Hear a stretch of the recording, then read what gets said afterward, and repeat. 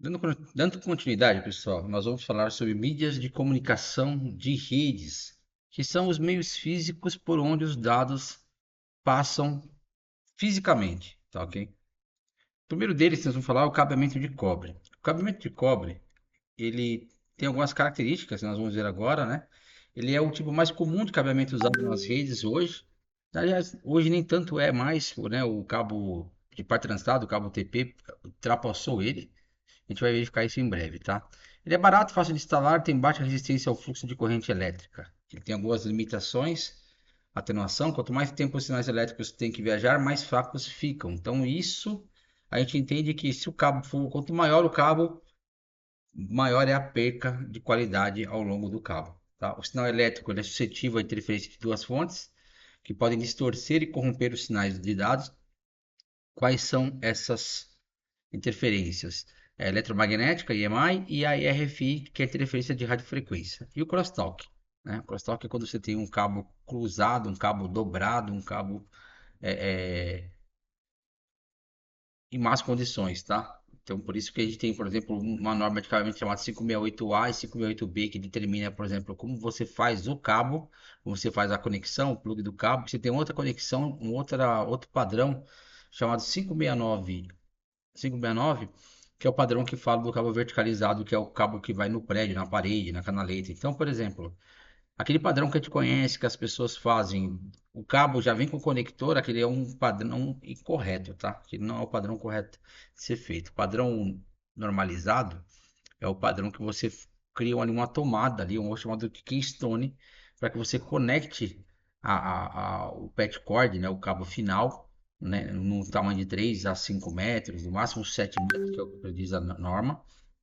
Você teria essa configuração para você fazer essa configuração, tá? Dando sequência aqui,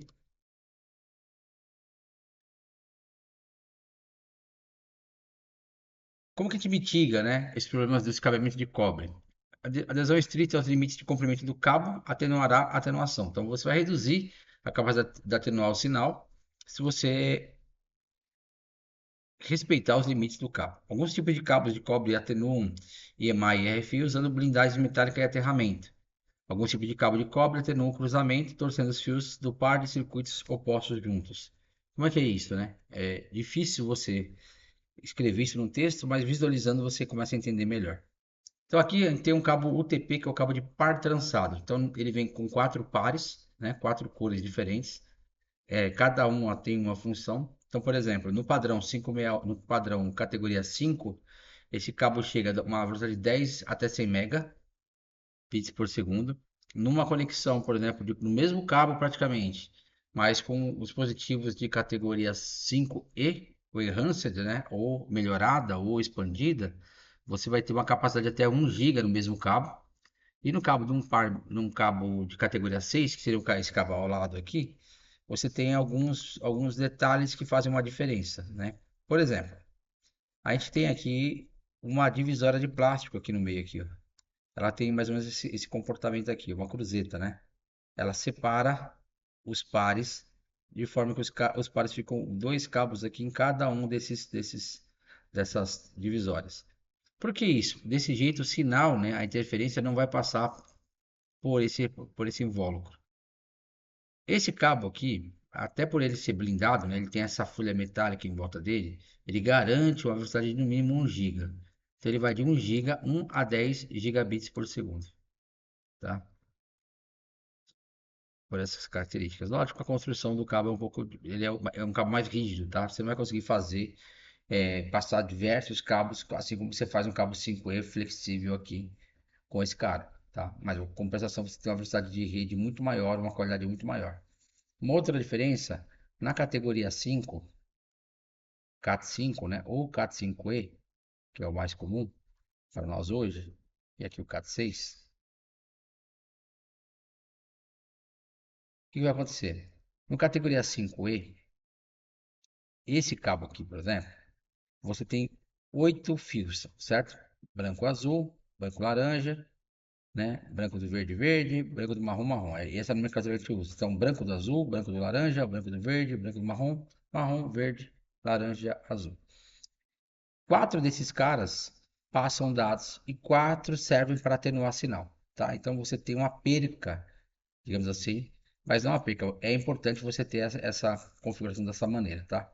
Então os cabos são trançados entre eles e entre si. Então se você abrir esse cabo, ele vai estar assim, mais ou menos, né? Ele vai estar todo emaranhado lá dentro, né? Por que isso aí? Isso aí é para evitar aquele problema de EMI, que é a interferência eletromagnética. Esse cabo coaxial, hoje, praticamente a gente só usa isso para TV a cabo. Em alguns raríssimos cabos, ou um cabo de CFTV, tá? Você consegue até uma distância maior nesse cabo, porque a proteção de plástico aqui, ó, de borracha, ela é maior. Ele já é blindado, você percebe que ele é blindado aqui, tem uma blindagem de cobre.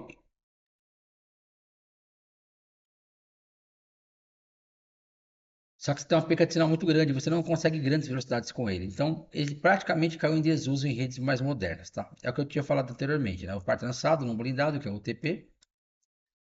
Ele tem terminação de conectores RJ45, que é o padrão, né? Até hoje, continuação de padrão. Aí ele tem algumas características. A capa externa protege os fios de cobre contra danos físicos, que é essa capa externa aqui, número um. Os pares trançados protegem o sinal contra interferência, que é essa a realidade que a gente tinha visto anteriormente. E o isolamento plástico com código de cores isola eletricamente os fios um do outro e identifica cada par. Então, identificando os fios, você consegue saber, por exemplo, quais transmitem dados, né? Quais transmitem e quais recebem dados.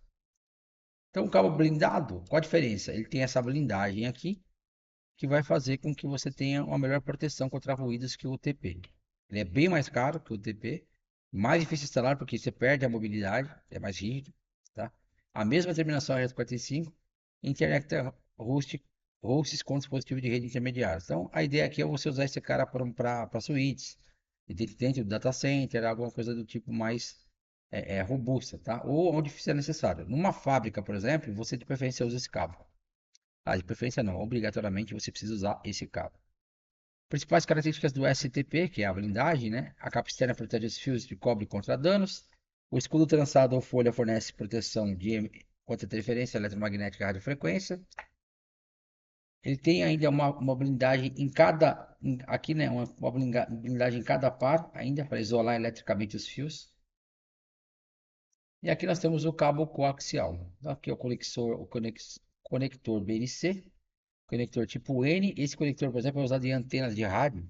Usam bastante esse tipo aqui. O F-Type já caiu um pouquinho em desuso, mas os mais comuns que você vai encontrar vai ser o BNC para conexões do tipo de TV a cabo, e você vai ter conexões do tipo ou CFTV e conexões do tipo N para comunicações, por exemplo, de rádio, né? Você tem uma antena de rádio lá no seu sítio ou numa empresa que tem que ligar dois sites remotos, você consegue visualizar o uso desse conector. Instalações sem fio, né? Cabos coaxiais ligam antenas a dispositivos sem fio. Instalações de internet a cabo, instalações de cliente e fiação. Então, é o que eu falei anteriormente, você tem conexões, por exemplo, de uma unidade. Imagina que você tem aqui um prédio, você coloca lá uma antena, um rádio, esse rádio vai usar um conector do tipo N, por exemplo. Ele faz a conexão de até 4, 6, 8, tem antenas de 12 quilômetros, mas é difícil de ter visada nesse acertar, né? Mas até, a especificação eles dizem até 12 quilômetros você consegue ter uma antena mandando sinal uma para outra. Qual a vantagem? Dificilmente você vai ter um cabo, com exceção da fibra ótica, que de 12 quilômetros sem nenhuma emenda, nenhuma intercorrência, nenhum problema nesse cabo. Então você imagina que você coloca um rádio aqui, um rádio aqui, você consegue, primeiro, baixo custo, né? Um rádio hoje não sai mais que R$ 1.000, né? Rádios de maior qualidade, até uns R$ 2.000, dependendo do tipo de marca, né? Da aplicação. Mas você consegue uma comunicação ponto a ponto aqui, ó, por exemplo, interligando um prédio no outro, com, com apenas duas antenas de rádio. O cabimento UTP, como nós falamos anteriormente, né? Ele tem quatro pares de fios de cobre com código de cores diferentes. O código de cor é extremamente importante para a codificação e para a configuração dos conectores. Existe uma variação de torções por pé em cada fio é torcido uma quantidade diferente, o que ajuda a evitar cruzamento entre os fios no cabo. Então, essa, essa torção aqui é diferente da torção que corre aqui dentro, tá? Entre eles. Cancelamento, cada fio em um par de fios usa a polaridade oposta. Um fio é negativo, o outro é positivo. Eles são torcidos juntos e os campos magnéticos efetivamente cancelam uns aos outros. Isso no cabo UTP categoria 5, né? Naquele cabo categoria 6 você já tem aquela divisória no meio. Tá? Que é esse cabo aqui, tá vendo? Essa divisória aqui praticamente isola completamente os espaços, né? Então você tem lá, digamos assim, um espaço A e um espaço C aqui, que praticamente não tem interferência entre um e o outro. Norma para o TP, como falamos anteriormente, ela é regida pela norma EATIA 568. Aí nós temos duas variações, 568A e 568B, que tem tipo de cabo, comprimento do cabo, conectores, terminação do cabo e métodos de ensaio. Padrão elétrico para acabamento de cobre, né? Ele é estabelecido pelo IEE.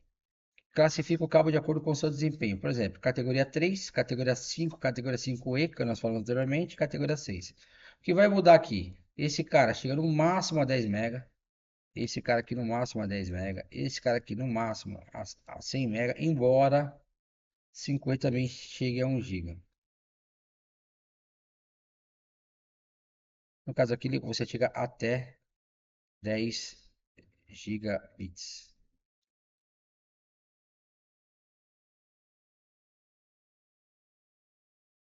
O que vai mudar? Eu tenho uma rede todinha 5E, então roda até 1 GB. Você coloca um dispositivo interface categoria 6 lá, uma placa de rede categoria 6. O que vai acontecer? Você está habilitado a ter 10 GB, mas dificilmente você vai ter 10 GB porque toda a composição da sua rede, do seu backbone, está construído em 5E, tá? Então você deveria ter aí, no caso, um cabo categoria 6. Aqui é o exemplo de um conector RJ45, né? Todo mundo já viu isso, direto ou diretamente. Esse é o conector macho, esse é o conector fêmea, tá? Tá, aqui você vai conectar os fios aqui dentro, os fios vão ser travados aqui dentro. Então vai ficar mais ou menos assim os fios, ó. Aí você faz aqui, ó, e desce o cabo por aqui.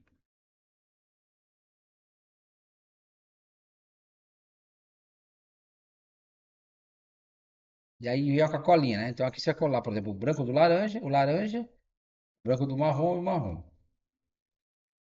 Aí você conectou aqui, o cabo vai fazer essa voltinha aqui e vai vir nesse comprimento aqui, ó, tá? Esse aqui é um exemplo que pode haver uma interferência e vai dar ruim, né? Vai ficar bem ruim a sua comunicação. Tá vendo? Você tem um pedaço não coberto. Então, na hora de manipular, na hora de você puxar, por exemplo, de garçar, ele vai puxar te retirando os conectores da frente aqui, ó. Aqui na frente tem contatos de cobre. Então, os contatos de cobre, quando você conecta na posição aqui, ele entra na caixinha aqui no caixilho, o que acontece? Ele decapa sozinho e a parte de cobre debaixo do fio colorido aqui, do laranja, do azul, do verde, do branco, do marrom, ele encosta nessa guia de cobre, mas é um pedaço muito pequeno, quase meio centímetro. Então o que acontece? Você tem um espaço muito pequeno. Se você não conecta 100% na frente, você já pode ter um cabo que está trabalhando incorretamente ou abaixo da velocidade como deveria. Para isso, você tem um equipamento chamado testador de cabo, que é o que testa a conexão, tá? Se está chegando o sinal de um lado ou outro. Porém, não é 100% não é 100% eficiente. Você tem um outro equipamento chamado certificador de cabo, que aí ele manda um bloco de pacotes e verifica se o pacote chega íntegro do outro lado, tá? Uma rede certificada, por exemplo, pelo fabricante, se você pegar uma Furukawa, que é um fabricante nacional, ele vai ter, por exemplo, uma garantia, né? Uma garantia de funcionamento de até 25 anos. Então, é interessantíssimo você fazer um projeto e você considerar cabos certificados. Ah, mas dobra o valor, professor? Dobra. Dobra, mais interessante porque você tem essa garantia da infraestrutura, tá? Então, o Ethernet direto, cabo Ethernet direto, quando você tem duas conexões iguais. Então, por exemplo, eu tenho uma conexão 568A numa ponta do cabo e tem outra conexão 568A na outra ponta do cabo, ou 568B, 568B. Então, esse cabo direto aqui é o cabo onde ambas as extremidades são iguais. O cabo cruzado é quando eu tenho uma interface 568A e a outra interface 568B. Então, por exemplo, essa aqui, a 568A e a 568B, se tivesse um cabo conectado aqui, ó, os dois, seria o cabo chamado cabo crossover. Quando que eu uso um cabo crossover? Cabo crossover você vai usar quando você for conectar dois equipamentos de naturezas semelhantes. Dois switches.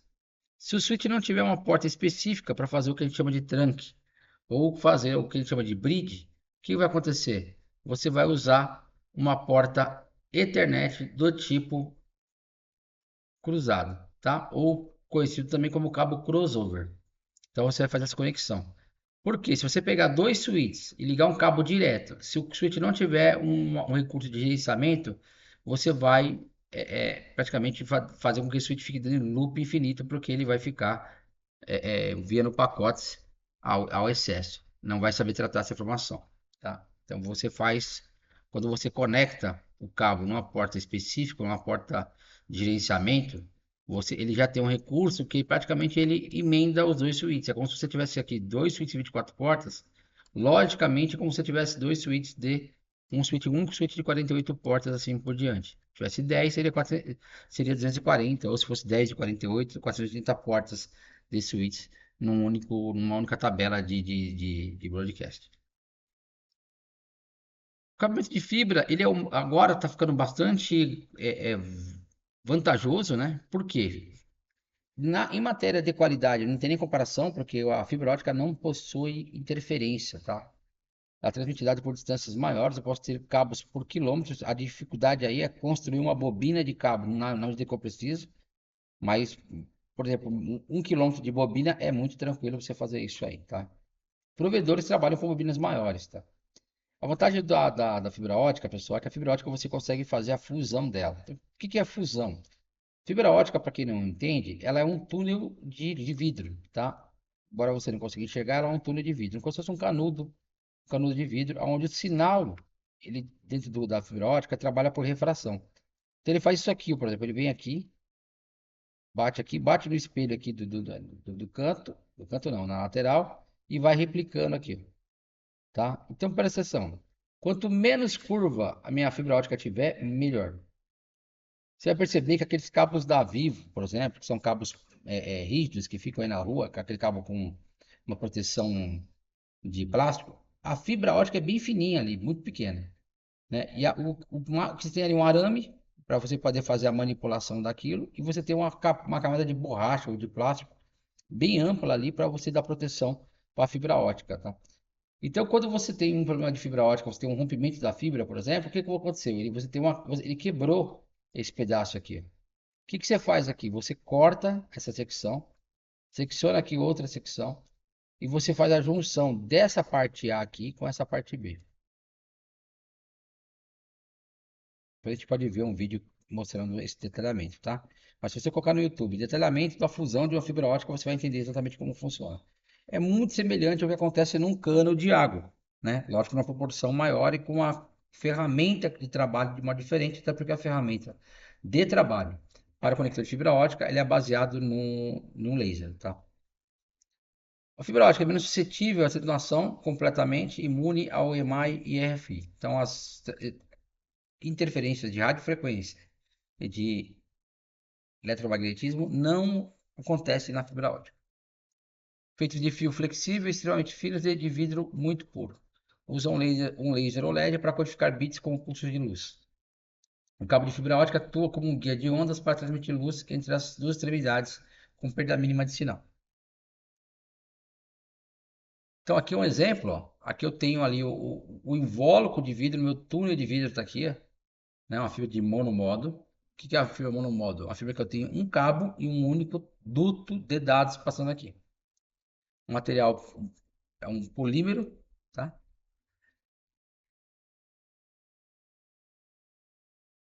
Então, na fibra monomodo, eu tenho uma transmissão numa única direção. Até nem seria esse o gráfico aqui, né? Ele está em linha reta, né? É quase muito difícil você ter uma linha reta completa nessa transmissão. Você vai ter algo mais ou menos assim.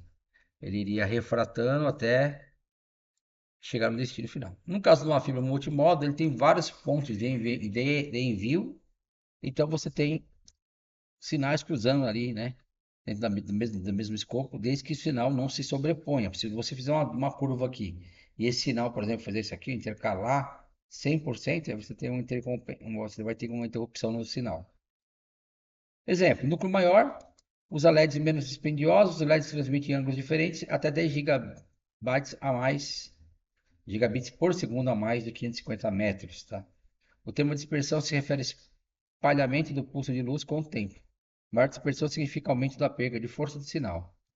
MMF tem maior dispersão do que SMF, com uma distância. MMF é multimodal fiber, certo? SMF é single mode fiber, né? Então, esse cara aqui é SMF, esse cara aqui MMF. Perfeito? Fibra ótica. Redes corporativas, usados aplicativos de cabeamento de backbone, enfim, dispositivo de infraestrutura. Então, por exemplo, você tem um prédio. Entre os andares, você deve fazer conexão de fibra ótica. E nos andares você faz a conexão por UTP, tá? Mas essa cadeia principal, o backbone principal, onde vai passar o maior volume de dados, você preferencialmente use a fibra ótica. Existe uma nova modalidade de fibra ótica chamada Fiber to the Home, que é o FTTH. Ele é usado para fornecer serviços de banda larga sempre ativos para casas ou pequenas empresas. Então, com o advento do IoT, muita gente usando Alexa, automatização, controle, monitoramento, uma série de outros fatores, você consegue, por exemplo, utilizar redes FTTH dentro da sua residência. É lógico que você tem que ter uma infraestrutura para isso. E eles conseguiram isso barateando bastante o número de conectores. Muitos equipamentos já vêm com conexão FTTH nativas, então você já consegue ter uma rede ali, digamos assim, bem, com uma latência quase nula, quase zero, ou bem pequena, dentro do ambiente doméstico, né? Mas pessoal, tem bastante gente no home office, bastante gente produzindo coisas em casa, então você consegue ter redes de qualidade mesmo dentro de casa. O custo hoje permite isso, tá? Redes de longo alcance ou redes de longo curso, que são as redes utilizadas por provedores de serviço para conectar países e cidades. Então, você geralmente tem backbones centralizados na Grande São Paulo, ou por exemplo na capital, ou até mesmo nas capitais de outros estados. Você tem linhas menores que trafegam, mandam esse volume maior de dados para esses data centers que fazem a distribuição do sinal, fazem a distribuição dos pacotes. Então, a rede da Claro, a rede da Vivo trabalha dessa forma. Nós temos redes de cabos submarinos, que são redes utilizadas para fornecer solução confiável, né, para ligação entre países devido a grandes volumes de dados. Então, por exemplo, a gente fala muito de computação em nuvem. Computação em nuvem hoje, ela é praticamente quase toda sediada nas grandes data centers, que estão quase todos eles sediados nos Estados Unidos, principalmente na região da Virgínia, como no caso da AWS. Então você tem uma latência muito grande quando você faz uma aplicação hospedada no Brasil com uma aplicação rodando na AWS em Virgínia. A menos que você tenha um conhecimento maior e tenha feito algum tuning, algum tipo de preparação da sua rede para isso. Tudo bem? Então o que você faz?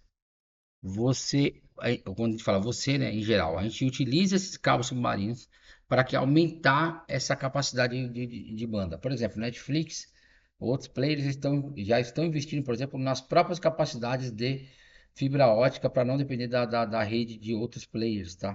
Para que isso aí? Para ele reduzir o custo dele de operação e poder aumentar a oferta de serviços. Aqui nós temos os tipos de conectores de fibra ótica, conectores do tipo ST, conectores do tipo LC, LC duplex, multimodo e o SC. Então, por exemplo, aqui eu tenho um cabo para envio e outro para receber, que é o tal do RX-TX, certo? Então, aqui eu tenho um cabo só. Ele já tem o RX-TX incorporado dentro do cabo dele aqui dentro para fazer isso num único dispositivo. E aqui eu tenho um conector LC duplex, que é onde eu tenho a mesma coisa, um cabo para mandar e um cabo para receber informação, parecido com um cabo conector SC. Cabo multimodo, assim que ele parece, cabo de remendo, cabo multimodo. Quando eu falo cabo de remendo aqui, né, no nomenclatura da Cisco pega um pouco pesado, mas não seria remendo o termo correto, tá? Então aqui que eu já falei anteriormente, né, das capacidades do cabo UTP de 10 MB até 10 GB. Ele trabalha até 100 metros no máximo. Aqui no caso da fibra ótica, até 100 mil metros, tá? A vantagem da fibra ótica, como eu falei, que você pode fazer um pedaço e pode ir fazendo as fusões ao longo do percurso. Imunidade de interferência baixa, no caso da fibra ótica, ela é totalmente imune. Imunidade a perigos elétricos, se o cabo TP tem baixa, por que que baixa? Porque geralmente o cabo de rede trabalha numa frequência elétrica muito pequena. Por exemplo, nós temos o cabo de... Por que que você não pode usar, por exemplo, cabo elétrico com cabo de rede no mesmo conduíte, no mesma canaleta, no mesmo tubo? Porque você tem de 127 a 227, 230 volts nas nossas instalações elétricas domésticas, tá? O cabo de rede ele vai trafegar, dependendo da proporção, menos meio volt. Então, ele é muito pequeno frente a uma interferência eletromagnética de um cabo elétrico. Por isso que você não pode usar com o cabo junto, tá? O custo da mídia dos conectores é menor, já tá otimizado, já virou commodity, né? Com placa de rede, por exemplo. Enquanto na fibra ótica você já tem um equipamento mais caro devido à sua complexidade. Cabeamento TP, a curva de aprendizado é muito boa, né? Você consegue aprender rapidamente, desenvolver rápido. Então, você não precisa de grandes habilidades para poder fazer instalação e nem também grandes cuidados com segurança, porque ele não tem nem não consegue nem dar um choque em você. No caso aqui, né, em modalidade de picos elétricos é alto, eu tenho a fibra ótica é muito resistente a esses problemas. Custo de mídia, compensação é alto, a habilidade necessária também é alta e você precisa de ferramentas, precaução de segurança muito alta. Então, por exemplo, você não pode olhar para uma fibra ótica, você corre o risco de ficar cego, né? Porque você tem uma transmissão ali de um laser ali, então evitar certas coisas. Nós não vamos entrar muito a fundo na questão da mídia sem fio, porque nós temos um capítulo só para falar de rede sem fio, tá? Então aqui é mais uma introdução bem básica, já falamos alguma coisa nas aulas anteriores, né? Mas aqui só para ficar bem exemplificado o que a gente pode fazer. A rede sem fio carrega sinais eletromagnéticos que representam dígitos binários usando frequência de rádio ou microondas. Fornece melhor opção de mobilidade. Os números de conexão sem fio continuam aumentando, né? A gente percebe isso no dia a dia, né? Nas escolas, nas instituições. Todo lugar, todo mundo está conectado com o celular, com o tablet ou com o notebook, né? Mas a Wi-Fi tem algumas limitações. A cobertura efetiva pode ser significativamente afetada pelas características físicas do local. Então, você vai fazer uma instalação, por exemplo, no hospital, determinado andar, tem um corredor muito estreito, ali você vai ter várias barreiras. Então, quanto mais barreiras tiver, pior é a qualidade do sinal dentro do local. Se é uma parede de ferro, ou se é uma cortina d'água, né? Às vezes o cara tem um espaço ali que tem uma cortina d'água também, vai ser uma barreira para o sinal. Isso não é uma coisa que a Anatel ou quem quer que seja está fazendo. Isso é uma coisa é uma viabilidade técnica, né? Ele não funciona porque não tem como funcionar. O wireless assitivo à interferência pode ser interrompido por muitos dispositivos comuns porque ele trabalha em faixas abertas de 2.4 e 5 GHz. O que são faixas abertas? Qualquer dispositivo de comunicação pode usar esses equipamentos para trabalhar. A segurança. Cobertura de comunicação sem fio não requer acesso a uma parte física da mídia. As WLANs operam em half duplex, que significa que apenas um dispositivo pode enviar ou receber por vez. Muitos usuários acessando a WLAN simultaneamente resulta em largura de banda reduzida para cada usuário. Isso resolve com o Wi-Fi 6, tá? O Wi-Fi 6 já vem resolver isso com os novos equipamentos. Os padrões VE do setor de telecom para comunicação de dados cobre tanto o link de dados quanto as camadas físicas em cada um desses padrões de camada física. As especificações ditas: método de codificação dos dados, como que o dado vai ser transitado para poder enviar, frequência e potência de transmissão, requisito de recepção e decodificação de sinal, projetos e construção de antenas. Quais são esses padrões? O Wi-Fi Max, que é o IE802.16, né, ficar em desuso. Bluetooth a gente usa bastante, né, cada vez um pouco mais, a capacidade do Bluetooth de aumentar a capacidade de ouvir a rede está cada vez maior. Wi-Fi 102.11, dentro do 11 tem vários modelos, a gente já viu isso no RFC lá, algumas coisas do tipo, tá? Então você tem vários tipos de modelos de Wi-Fi IE 802.11, 802.11a, 802.11b, C, AX, né, G. Então você tem uma série de variações. E o Zigbee é um protocolo que usa pouquíssima energia, bem pouquinha energia, para sensoriar, por exemplo, uma área ou que você queira fazer um processo usando lá o advento da internet das coisas. Em geral, a LAN sem fio, né, uma WLAN, Wireless Local Area Network, requer os seguintes dispositivos: um AP, um access point, que vai concentrar o sinal sem fio por meio de um cabo, e aí você vai ter um cabo que vai conectar ele ao equipamento principal que está recebendo a informação, os dados a serem transmitidos. Então, por exemplo, você pode ter dados e não ter navegação na internet. Dados é uma coisa, navegação na internet é outra, certo? A navegação na internet é quando os dados se autenticam e se validam para poderem ir para a internet. Tá? No caso da rede sem fio, ela garante que vai chegar, não garante o que vai chegar. Os adaptadores de rede sem fio fornecem recursos de comunicação para hosts, né? Ele é o recurso que faz você ter acesso ao mundo wireless. Existem vários padrões de WLAN, adquirir equipamento WLAN, você pode garantir a compatibilidade e interoperabilidade. Então, você tem padrões, por exemplo, da linha de 2.4 GB. Se você comprar uma tela de 5 GHz, não tem como ser compatível, porque são frequências diferentes. Então, essa questão da padronização, a mesma coisa que acontece lá com rede, vai acontecer aqui com rede sem fio. Se tiver um ente aqui na rede sem fio, autenticado na rede, com a qualidade ok, tranquilidade. Se tiver com a rede um pouco diferente, outra frequência, em outro canal, você não vai ter interoperabilidade dessa rede funcionando junto. Tá ok? Pessoal, esse é o material que fecha a questão do cabeamento da parte da camada física, tudo bem? Na próxima a gente vai falar um pouquinho sobre a internet, já falamos um pouco, mas vamos revisar. E vamos ver também logo na sequência a parte do TCP/IP. Até mais.